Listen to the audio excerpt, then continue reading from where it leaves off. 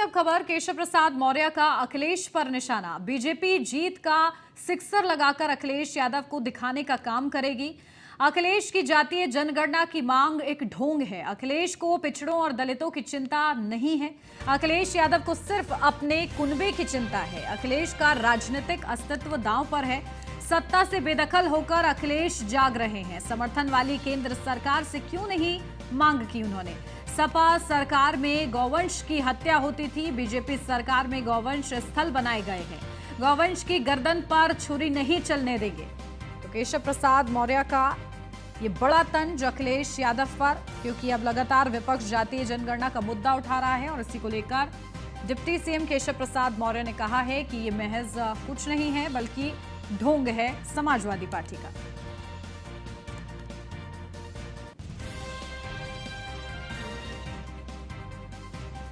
तो सत्ता से बेदखल होकर अब अखिलेश यादव जाग रहे हैं। ये बड़ा बयान सामने आया है डिप्टी सीएम केशव प्रसाद मौर्य का। उन्होंने सपा सरकार में किस तरीके से गौवंश की हत्या होती थी इसका भी जिक्र किया है। बीजेपी सरकार में गौवंश स्थल बनाए गए हैं। इसी के साथ उन्होंने बीजेपी की उपलब्धि भी बता दी है। अखिलेश यादव जी का फ्रस्ट्रेशन मैं समझता हूं।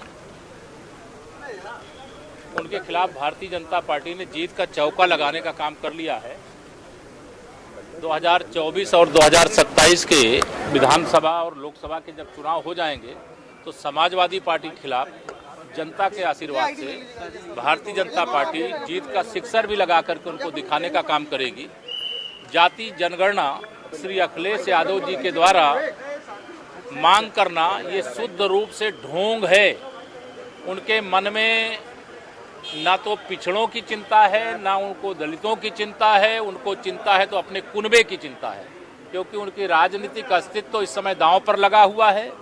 और जब राजनीतिक अस्तित्व दांव पे लगा हुआ है तो वह तब जाग रहे हैं जब वह सत्ता से बेदखल हो गए। जब सत्ता में थे 2012 से 2017 तक, जब केंद्र में इनके समर्थन से 2004 से 2014 तक सरकार चल रही थी, तब इन्होंने जाति जनगणना की मांग नहीं किया।